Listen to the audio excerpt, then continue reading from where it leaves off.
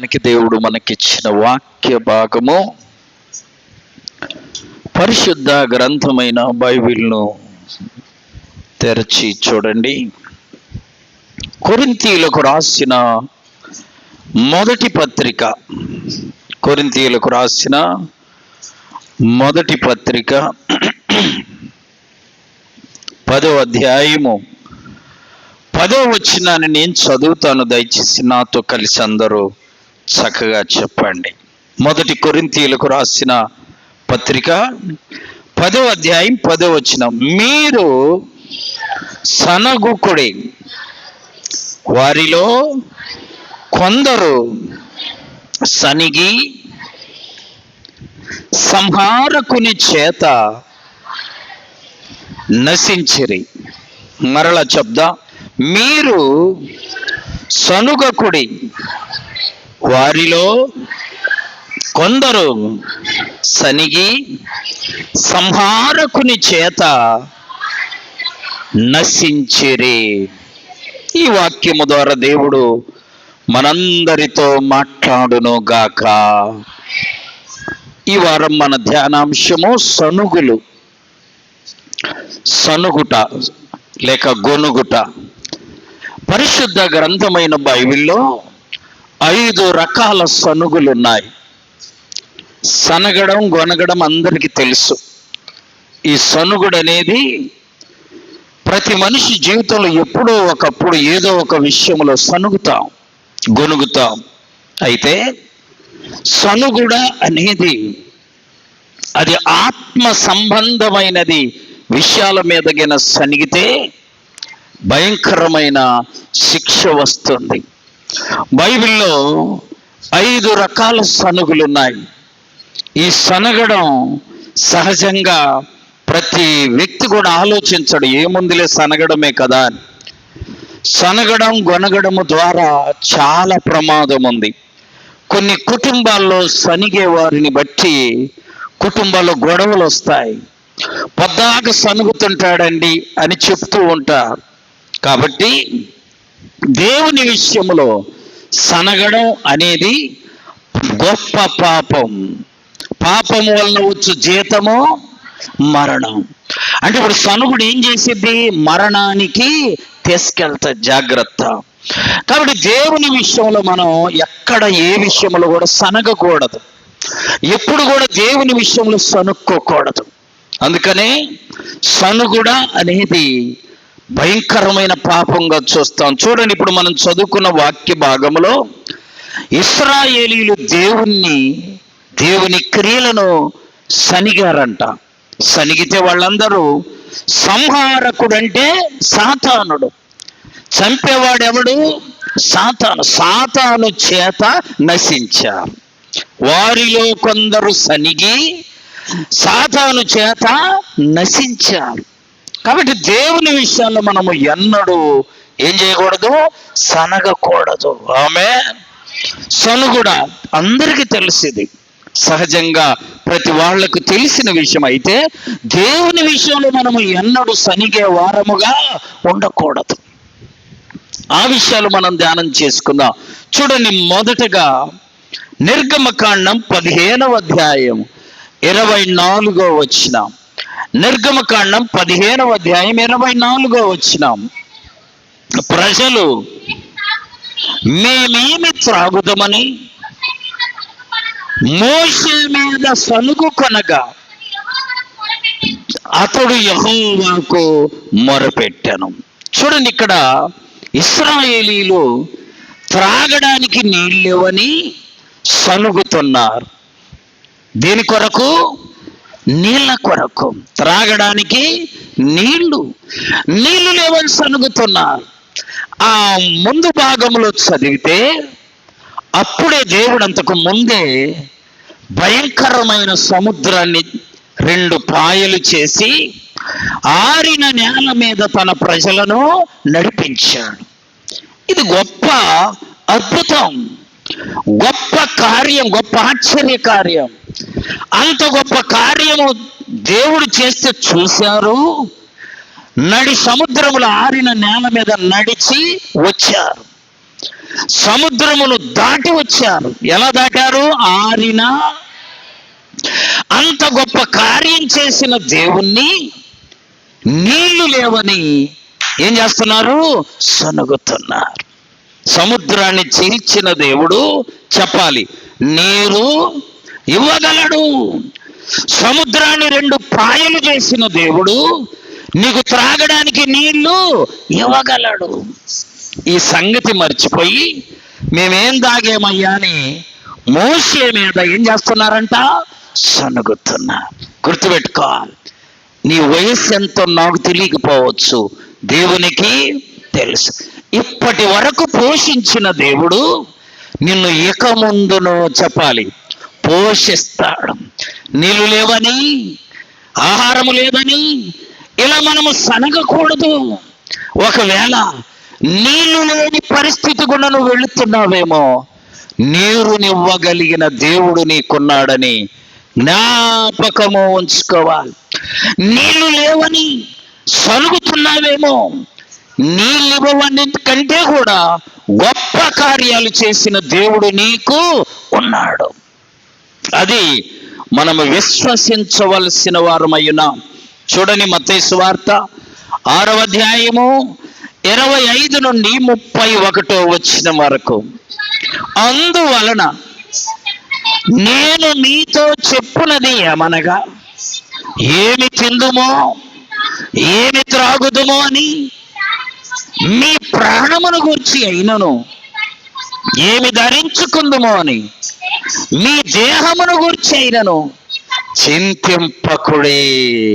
ఆమె ఏంటిది మన చింత? అమ్మా, ఏం తినాలి, ఏం త్రాగాలి, ఏం ధరించుకోవాలి? దేవుడు నీకు పోషకుడిని గుర్తుపెట్టుకోవాలి. ఆమె ఆయన మనలను పోషించే దేవుడు. నీకు తిండి లేకుండా చేస్తాడా? లేదు. కొంత సమయం ఒకవేళ అలా కలిసి రావచ్చు, కానీ నిన్ను ఎన్నడూ ఆకలితో అలమటింప చేసే దేవుడు కాదు. ఒకసారి చెప్పా కదా, దైవజనులకు ఆకలి అవుతా ఉందంట. ప్రభువా, ఆకలి అవుతుంది, తిందామంటే ఇంట్లో ఆహారం లేదు, జోబిలో డబ్బు లేదు, జేబులో డబ్బు లేదు అంటే దేవుడు అన్నాడట, నువ్వు ఏ హోటల్కి వెళ్ళి తినాలనుకుంటే ఆ హోటల్కి వెళ్ళిపో, తినమన్నాడంట. చూసారా, జేబులో డబ్బులు లేవు, హోటల్కి ఎట్లా వెళ్తాం? ఆయన దేవుని మాటను నమ్మాడు, ఒక మంచి హోటల్లోకి వెళ్ళిపోయాడు. వెళ్ళిపోయి కూర్చోగానే వడ్డించేటువంటి సప్లయర్ వచ్చాడు. వచ్చి, అయ్యా నీకేం కావాలి?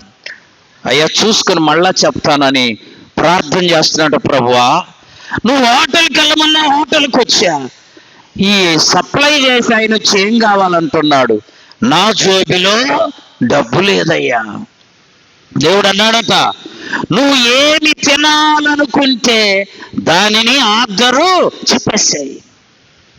ఆర్డర్ చెప్పాడు, తీసుకొచ్చి అతను ముందు పెట్టాడు. ప్రార్థన చేస్తున్నాడు, ప్రభువా జోబిలో డబ్బులు ఇవ్వయ్యా, వెళ్ళమన్నా వచ్చాను, ఆర్డర్ ఇవ్వమన్నా ఇచ్చాను, తీసుకొచ్చాడు, పెట్టాడు. నువ్వు హాయిగా సంతృప్తిగా తిను. ఆమె చెప్పాడంట దేవుడు. చూడండి, ఇలాంటి సంభాషణ ఎంత బలమైందో. చెప్పగానే చక్కగా తిన్నాడంట. తిన్న తర్వాత బిల్లు తీసుకొచ్చి ఇచ్చాడు. బిల్లు తీసుకొచ్చిస్తే ప్రార్థన చేస్తుండు, ప్రభువా హోటల్కి వెళ్ళమన్నా వచ్చాను, ఆర్డర్ ఇవ్వమన్నా ఇచ్చాను, తినమన్నావు తిన్నాను, బిల్లు వచ్చిందయ్యా, నా దగ్గర డబ్బు లేదు. వెళ్ళు, బిల్లు చెల్లించే దగ్గరికి వెళ్ళు. ఒట్టి చేతలు వెళ్ళాడు. చూసారా, ఒట్టి చేతులతో బిల్లు చెల్లించే కౌంటర్ దగ్గర టేబుల్ దగ్గరికి వచ్చాడు. వచ్చి ఆ బిల్లు తీసుకొని ఇలా అంటుంటే అక్కడ కూర్చొని బిల్లు తీసుకునే వ్యక్తి పరిగెత్తుకుంటూ వచ్చి ఈయన కాళ్ళ మీద పడ్డాడంట. అయ్యా, నేను 20 సంవత్సరాల క్రితం నీ వాక్యమిని రక్షింపబడ్డాను, నీ కొరకు నేను ఎదురు చూస్తున్నాను, వెతుకుతున్నానయ్యా, ఇన్ని సంవత్సరాలకు వచ్చావు అని ఆయన పాదాలు పట్టుకొని ఆ కన్నీటితో ఆయన్ను పలకరిస్తా ఉన్నాడంట. దేవుడు చేసే కార్యాలు చెప్పాలి, అద్భుత కార్యాలు. బిల్లిచ్చే పని కాదు ఆయనకి. తర్వాత అతను లేచి కౌంటర్లోకి వెళ్ళి, అయ్యా నేను రక్షింపబడినది మొదలు దశంభాగం తీసి దాచిపెట్టాను, ఏదో ఒక దినాన్ని నిన్ను కలుసుకొని ఇవ్వాలనుకుంటున్నానని కొంత ధనము తీసుకొచ్చి ఆయనకిచ్చాడంట. చప్పట్లు కొట్టి ప్రభువును మహింపరచండి. జోబిలో చెప్పాలి, డబ్బు లేని పరిస్థితి నుండి చెప్పండి సమృద్ధిగా డబ్బు వచ్చే పరిస్థితిలోకి దేవుడు నడిపించాడు. ఆమె కాబట్టి నీళ్లు లేవని ఇశ్రాయేలీయులు సనిగారట. ఒకవేళ నీ కుండలో, నీకున్న పాత్రలో ఆహారం లేదేమో, నా దేవుడు నువ్వు వెళ్ళేసరికి సమృద్ధిగా ఆశీర్వదించగలడు. ఆమేన్. నీ కుండను, నీ పిండి పిసుకు తొట్టిని ఆశీర్వదించే దేవుడు. ఆమేన్. అద్భుతాలు అద్భుతాలు. ప్రియులారా, నీకు ఆ ఆశ ఉంటే నా దేవుడు జరిగిస్తాడు. నీకు అనుమానం ఉంటే నువ్వు అద్భుతాలను నీ కన్నులతో చూడలేవు. చూసారా, ఫిలిప్పీలకు రాసిన పత్రిక చూడండి, 4వ అధ్యాయము 6, 7 వచ్చిన, దేనిని గూర్చి చింతపడకుడి గాని ప్రతి విషయములోనూ ప్రార్థన విజ్ఞాపనలతో కృతజ్ఞతాపూర్వకముగా మీ విన్నపములను దేవునికి సమర్పించుడి, తెలియచేయండి. విన్నపం అంటే నీ అవసరత, నీ విజ్ఞాపన, నీ కోరిక దేవునికి తెలియచేయి. దేనిని గూర్చి చింతించకుడి. ఆమె అద్భుత కార్యాన్ని చూశాడు. ఆ రోజు ఆ దైవజనుడు అంటే దేవునితోటి, అయ్యా అన్ని మార్లు ప్రార్థన చేశానయ్యా, కొంచెం అపనమ్మకముతో హోటల్లోకి పోయి నువ్వు చెప్పినట్టు వచ్చానయ్యా, మరి నా దగ్గర డబ్బులు లేవు. అసలు డబ్బులు లేవని, ఏమీ లేవని, ఏదీ రాదని మన నోట రాకూడదంట. సమస్తము ఇవ్వగలిగిన దేవుణ్ణి మనం కలిగి ఉన్నాం కాబట్టి ఎన్నడూ మన నోట అపనమ్మకముతో కూడిన మాటలు రాకూడదు. ఇశ్రాయేలీయులు నీళ్ల కొరకు సనిగారు. 2వ రకము సనుగుడు చూడండి, దేవుని యొక్క పరిశుద్ధ గ్రంథంలో నిర్గమకాండం 16వ అధ్యాయము 2వ వచనం, ఆ అరణ్యములో ఇశ్రాయేలీయుల సమాజమంతయు మోషే అహరోనుల మీద సనిగారు. ఇక్కడ దేనికో తెలుసా? మేము ఇంటి దగ్గర ఉన్నప్పుడు కొండల దగ్గర కూర్చొని మంచి మాంసం వండుకొని తినేవాళ్ళం. ఈ అరణ్య యాత్రలో మాకు మాంసం లేదే అని సనిగారట. చూసారా ప్రియులరా, తిండి విషయములో ఎవ్వరము కూడా దేవుని మీద సనిగే వారముగా ఉండకూడదు. చాలా మంది తిండి దగ్గర బయటపడతా. సామెత ఉంది కదా, మంచోడి బుద్ధి బాగా తెలుసు, మంచోడి బుద్ధి మాంసం దగ్గర అంట. అమ్మా అంటే మిగతాటి కాడ బయటపడరు. చూడండి, అందుకనే దైవజనులు బక్సింగయ్య గారు కొన్ని లక్షల మందికి ఆహారం పెట్టినా ఏ రోజు మాంసం అనేది ఉండదంట. సాంబారు ఆహారం, సాంబారు అన్నము పచ్చడి, ఇంక ఇవి తప్ప రెండో వేయరు. ఇక్కడే సమస్యలు. నాకు ఒక మొక్క వచ్చింది, వాడికి 2 మొక్కలు వచ్చాయి. నాకేందొట్టి ఏ మొక్క వచ్చింది, వాడికి ఏ మొక్క, ఇలాంటి మాటలు. చూడండి, ఇక్కడ ఇశ్రాయేలీయులు దేవుడు ఒక అద్భుత కార్యాన్ని చేసి ఐగుప్తు నుండి నడిపించుకుంటూ వస్తుంటే ఆ దేవుని దగ్గర ఏమంటున్నారో తెలుసా? మేము మాంసం తినేవాళ్ళం, ఇంటి దగ్గర ఉన్నప్పుడు మాంసం తినేవాళ్ళం, ఇప్పుడు మాంసము లేదని సనుగుతూ ఉన్నారు. ఫిలిప్పీలకు రాసిన పత్రిక చూడండి, 4వ అధ్యాయం 11, 12 వచ్చిన నాకు కొదువ కలిగినందున నేను ఇలాగూ చెప్పుటలేదు.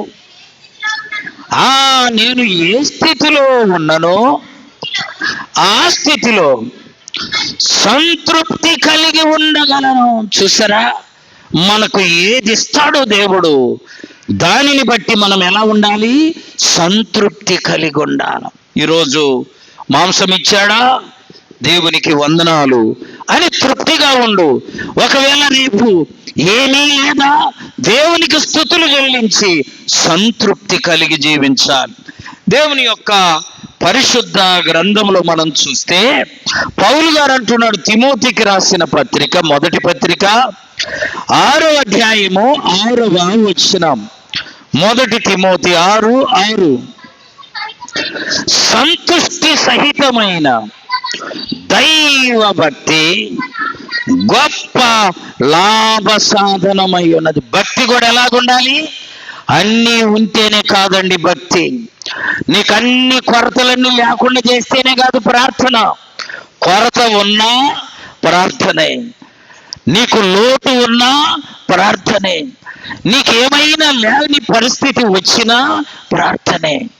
అన్ని కలిగి ఉన్నప్పుడే ప్రార్థించడం. ఏమీ లేకపోతే ప్రార్థించకపోవడం అది నిజమైన భక్తి కాదు. పౌలు గారు అంటున్నాడు, నేను సంపన్న స్థితిలో ఉండగలను.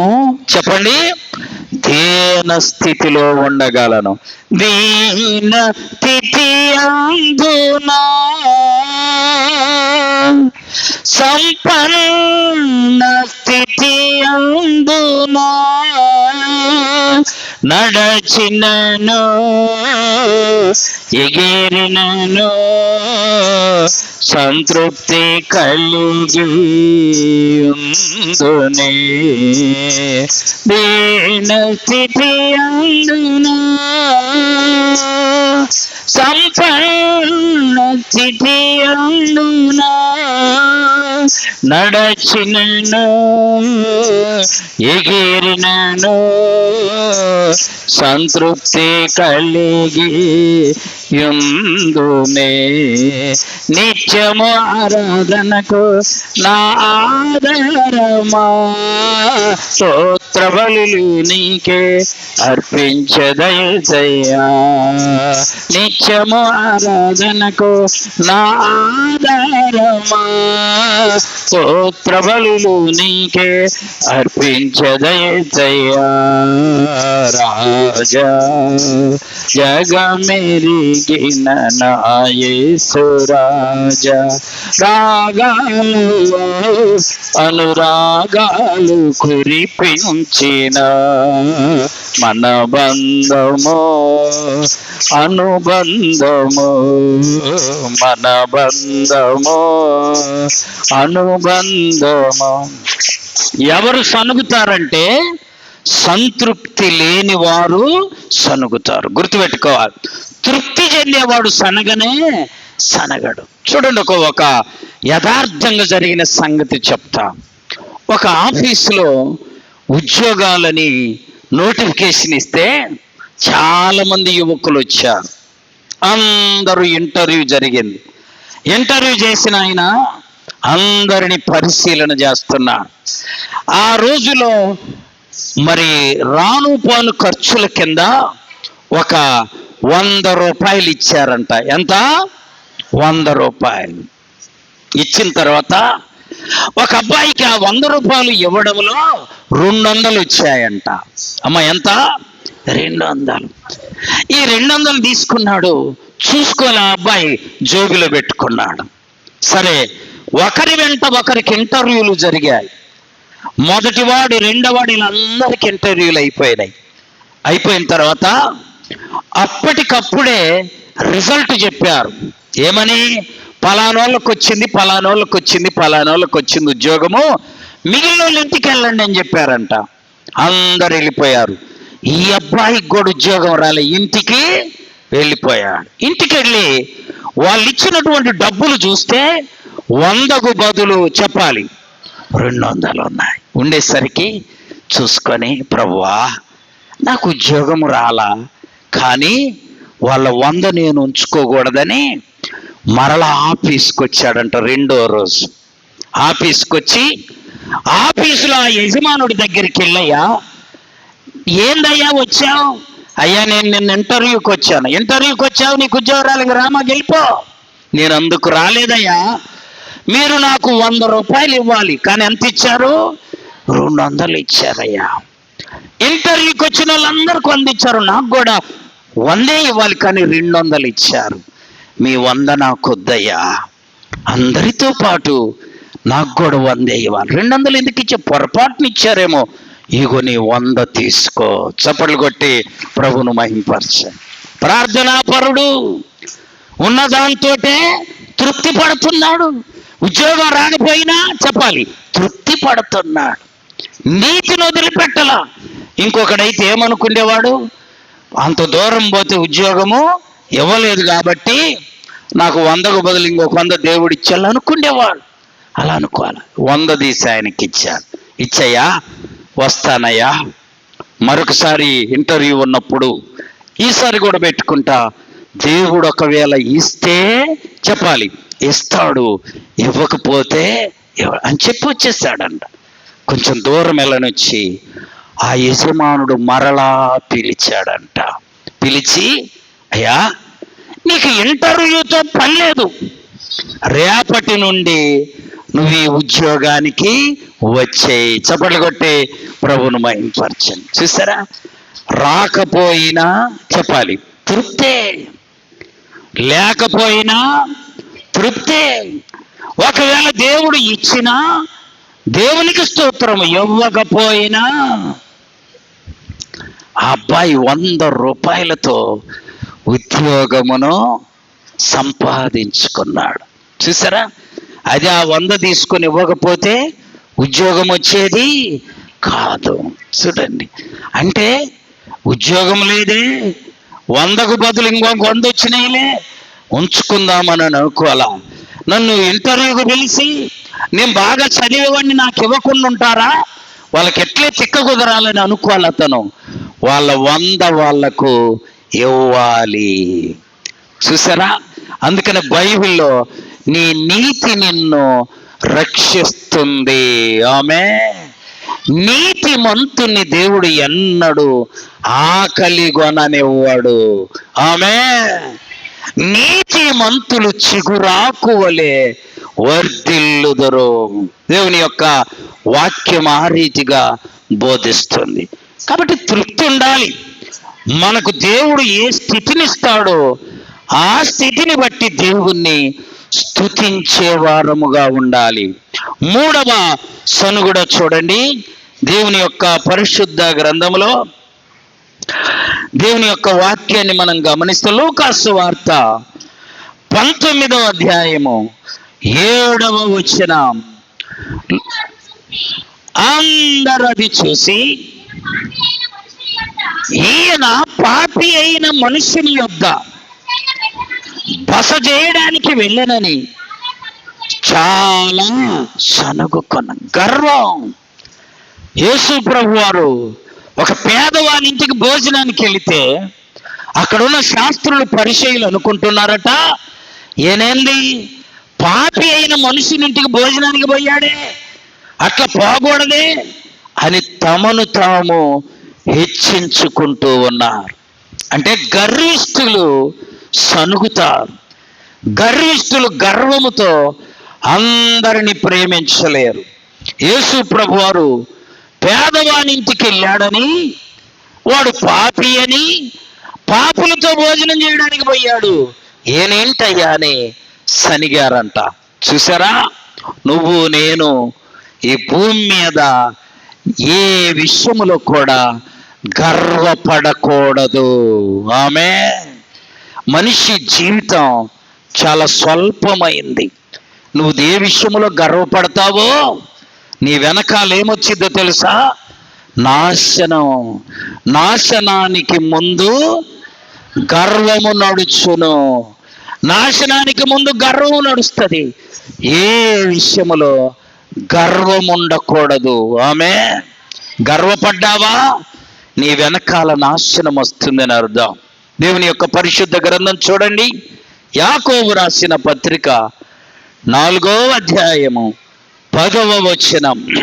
యాకోబు 4:10. ప్రభువు దృష్టికి మిమ్మును మీరు తగ్గించుకొనుడి, అప్పుడు ఆయన మిమ్మును హెచ్చించును. తగ్గింపు ఉండాలి. వాళ్ళు పాపి, వాళ్ళు పేదోళ్ళు, ఇల్లు లేనోళ్ళు, వాళ్ళ దగ్గరికి మనం వెళ్ళకూడదు. అది ఎన్నడూ మన నోట, మన హృదయములో రాకూడని మాట. ఆమె ఎన్నడూ కూడా ఒకరిని తక్కువ వారిగా దేవుని బిడ్డలమైన మనము మాట్లాడకూడదు. చెప్పాను కదా, పై రూపాన్ని చూసో, నీ ఆస్తిని చూసో, నీకున్న అంతస్తును చూసో నిన్ను ప్రేమించేవారు నిజమైన నీ మీద ప్రేమ ఉన్నవారు కాదు. కాబట్టి యేసు ప్రభువారు అప్పుడు చెప్పాడు, నేను పాపులను పిలువ వచ్చి తిని గాని నీతిమంతులను పిలవరాల. ఆయన పాపుల కొరకు వచ్చానని చెప్పాడు. సహజంగా ఈ భూమి మీద ఎవడు కూడా తనకంటే తక్కువ వారి దగ్గరికి వెళ్ళడానికి ఇష్టపడరు. కానీ యేసుక్రీస్తు ప్రభువారు, అయ్యా వ్యాధి కలిగినోడికే డాక్టరు అవసరం, పాపపు వ్యాధి ఉన్న వారిని బాగు చేయటానికి వచ్చానయ్యా, నేను పాపులను పిలువ వచ్చి తిని గాని నేను నీతిమంతులను పిలువ రాలేదు. దేవుని బట్టి మనం మనకంటే తక్కువ వారిని కూడా మనం ప్రేమించాలి, ఆదరించాలి. ప్రభువును బట్టి వారికి మనము సహోదర స్వభావాన్ని, అలాంటి ఆలోచననే తెలియచేయాలి. కానీ మనల్ని మనము ఏ విషయములో హెచ్చించుకోకూడదు. 4వ సనుగుడ చూడండి, దేవుని యొక్క పరిశుద్ధ గ్రంథములో నిర్గమకాండం 14వ అధ్యాయం 12వ వచనం. నిర్గమకాండం 14:12. చదుమ్మా. మా జోలికి రావద్దు, ఐగుప్తీయులకు దాసులు మగుదుమని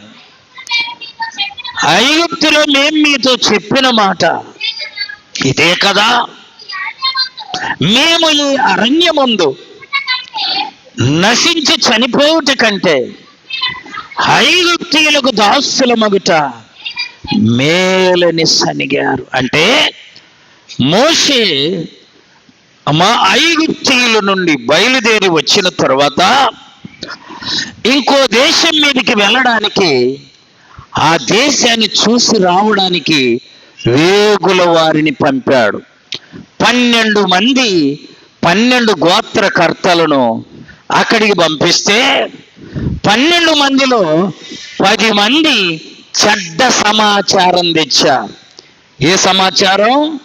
చెడ్డ సమాచారం.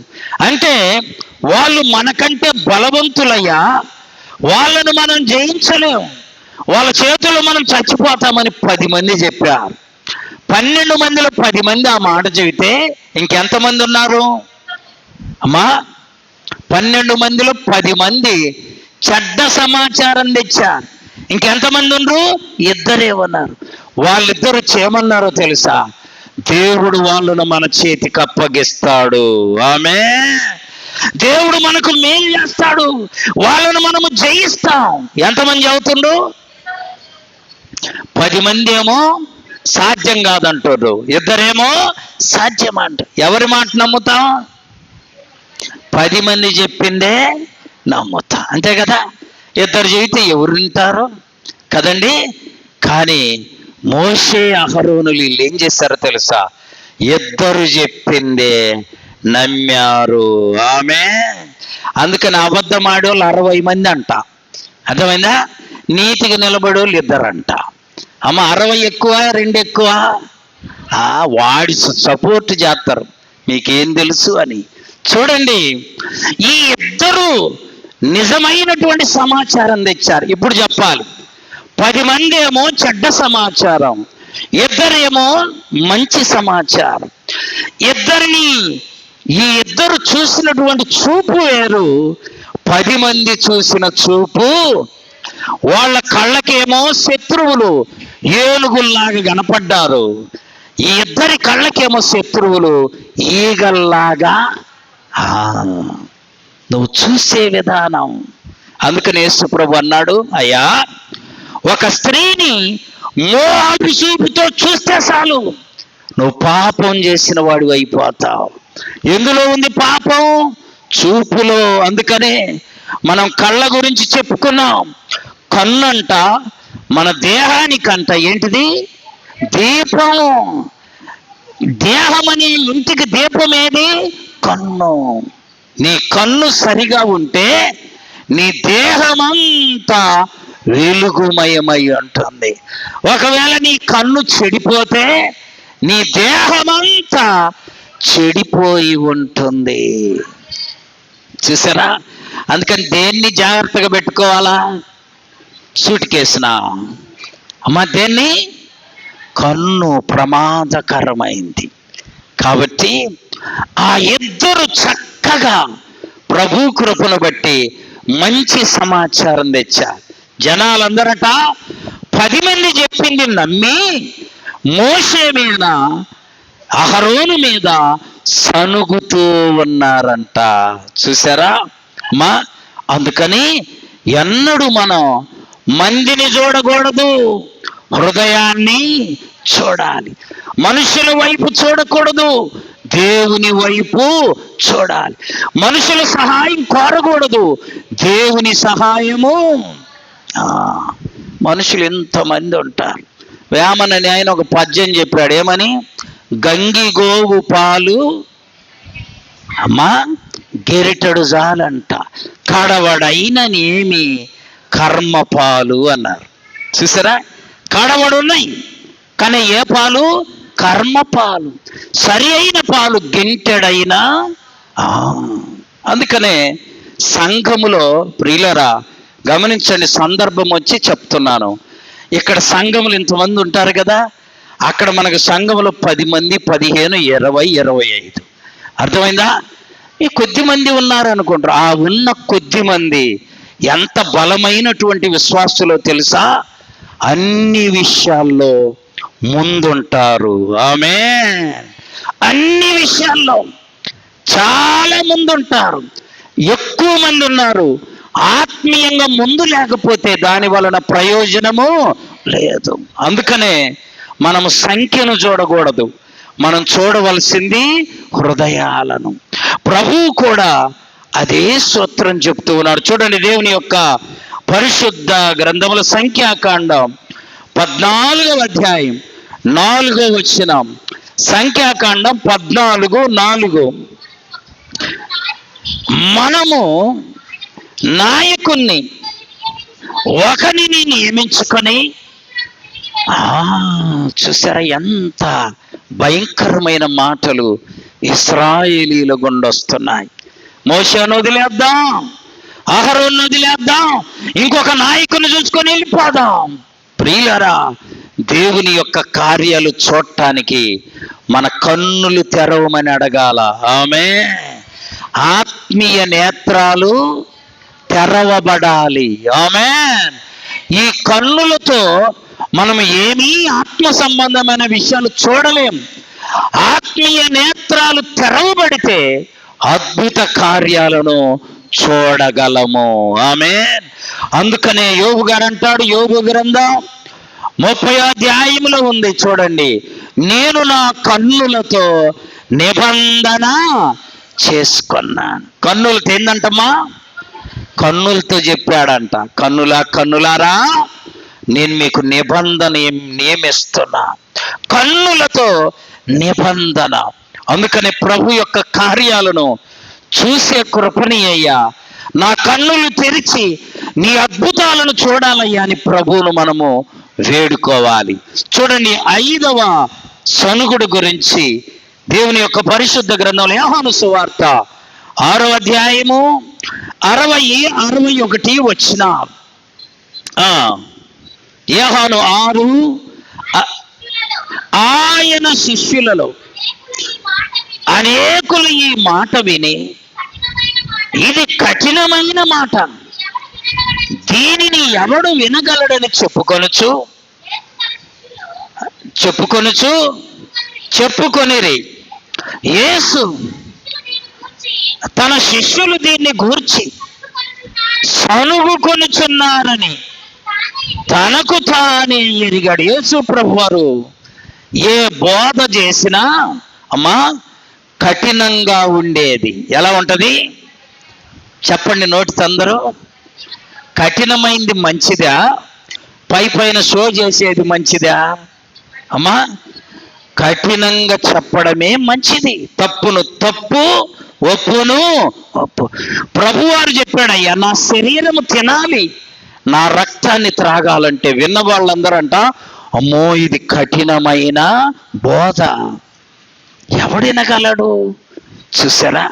అంటే నిన్ను ప్రేమించేవారు ఎప్పుడైనా కఠినంగానే చెబుతారు. నిన్ను సగం ప్రేమించే వాళ్ళు పైకేమో మంచిగా చెప్పి లోపలేమో ఇంకోలాగా ఉంటారు. మనం ఎవరమైనా సరే మన వాస్తవాన్ని కఠినంగా చెప్పినోడే మనలను ప్రేమించేవాడు. ఆమె యేసు ప్రభు వారి యొక్క బోధ కఠినంగా ఉండిద్ది. ఆయన మాటలు ఖచ్చితంగా కఠినమైనవి, అంటే ఖచ్చితమైన మాటలు. అంతేగాని మేము చూడండి, ఇక్కడ ఊరు వెళ్ళాము వాక్యం చెప్పడానికి వెళ్తే ఒక ఆయన చనిపోతే, ఆ చనిపోయిన ఆయన గురించి 10 మంది 9 మంది భలే చెప్తా ఉన్నారు, చాలా బాగా చెప్పారు. తర్వాత చివరిలో నన్ను చెప్పమంటున్నారు. ఈ లోపునే పక్కోడిని పిలిచి అడిగాయో ఎట్లా చనిపోయాడని అడిగితే, ఆయన అండి ఉదయం నుంచి సాయంత్రం దాకా తాగి ఆ చెట్టు కింద పండుకున్నాడు, ఎండకు గొంతు ఎండిపోయి ఈయన గురించి భలే చెప్తా ఉన్నారు, గొప్పగా చెబుతా ఉన్నారు. తప్పు కదా అది? అంటే మీరు కూడా తాగి చావండ్రా, మేము మీ గురించి బ్రహ్మాండంగా. ఇది అబోధ, ఇది తప్పు. అలా త్రాగుబోతనము నాశనమయ్యా. త్రాగుబోతులు, తిండిబోతులు దేవుని రాజ్యానికి వారసులు కారు, బైబిల్లో ఉంది. చూడండి, ప్రకటన గ్రంథంలో ఆ మాట చూస్తాం. ప్రకటన గ్రంథం 20వ అధ్యాయము అమ్మా, ఇక్కడ చూడండి 8వ వచనంలో ఉంది, పిరికివారును అవిశ్వాసు 21 అవిశ్వాసులు, అసహ్యులు అంటే ఎవరు? త్రాగుబోత్తనం చేసేవాళ్ళు. వాళ్ళు చేసే కార్యాలను అసహ్యంగా ఉంటారు. వాళ్ళు చేసేటువంటి వాళ్ళ మైండ్ వాళ్ళకు తప్పని తెలియదు. చూడండి, అందుకని ఎప్పుడు కూడా మనం తప్పును తప్పు అని చెప్పాలి. తాగి చనిపోతే భలే గొప్పగా చెప్పారు, అది మంచిది కాదు. సరే, నేను లేచానయ్యా, ఇలా చనిపోయాడంట కదా, మీలో ఎవరు అలా ఉండకూడదు. ఆమె తాగితే కుటుంబము నాశనం, ఆరోగ్యము నాశనం, పరువు నాశనం, డబ్బు నాశనం, ఇవన్నీ ఇబ్బందులయ్యా అని చెప్పి ముగించి భోజనాలు పెట్టిన తర్వాత భోజనాల దగ్గర కూర్చున్నాక చెప్పాను, అయ్యా ఎందుకు మీరందరూ ఇలాగా బోధించారంటే, వాళ్ళల్లో ఒక ఆయన అంటున్నాడు, చెప్పకపోతే మనకు చందా ఇయ్యరు కదండి అంటున్నాడు. చూసారా? అంటే పొగిడితే వాళ్ళు చందా ఇస్తారని వాక్యములో లేనిది మనం బోధించకూడదు. దేవుని యొక్క పరిశుద్ధ గ్రంథంలో తప్పును తప్పుగానే చెప్పాలి. యేసుక్రీస్తు ప్రభు యొక్క బోధ కఠినంగా ఉండేది. అందుకని కొంతమంది అనుకున్నారంట, ఇది కఠినమైన మాట, ఎవడు వినగలడు అని అనుకున్నారంట. వాళ్ళు వినకపోని ఉన్నది ఉన్నట్టుగానే బోధించాలి. ప్రియులారా, ఆత్మ సంబంధమైన విషయాల్లో సనుగుడు ఉండకూడదు. చూడండి, ఫిలిప్పీలకు రాసిన పత్రిక 2వ అధ్యాయము 14, 15, 16 వచనాలు. ఫిలిప్పీ 2:14, 15, 16. మీరు మూర్ఖమైన ఒక్కర జనము మధ్య నిరపరాధులుగాను నిష్కళంకులుగాను నిందలేని వారునైనా దేవుని కుమారులగునట్లు సనుగులను సంశయాలను మానుకోవాల. సంశయం అంటే అనుమానం, సనుగంటే గొనగడం. చూసారా, ఇవి మనం ఏం చేయాలంట? మానుకోవాలి. ఆమేన్, ఆమేన్. సనుగులు మానకపోతే సనగడం పాపమండి. దేవుని యొక్క వాక్యములో వ్రాయబడింది, వారిలో కొందరు సనిగి సంహారకుని చేత నశించిరి. సనుగుడు తీసేయి, గొనుగుడు తీసేయి. ఒకవేళ దేవుడు ఈరోజు పచ్చడి మెతుకులే ఇచ్చాడు, స్తోత్రాలు చెల్లించు, భుజించు, ఆయనకే వందనాలు చెల్లించు. రేపు ఒకవేళ దేవుడు ఉన్నతమైన స్థితినిచ్చాడు, దానిని బట్టి కూడా దేవుణ్ణి స్తుతించు, మహిమపరచు. అంతేగాని సనుగుడు చేసి దేవుని దృష్టిలో పాపివి కాకూడదు. అట్టి కృప పరిశుద్ధాత్మ దేవుడు వాక్యం విన్న మనందరికీ అనుగ్రహించునుగాక. ఆమేన్. మోకరించండి, ప్రార్థన చేసుకుందాం.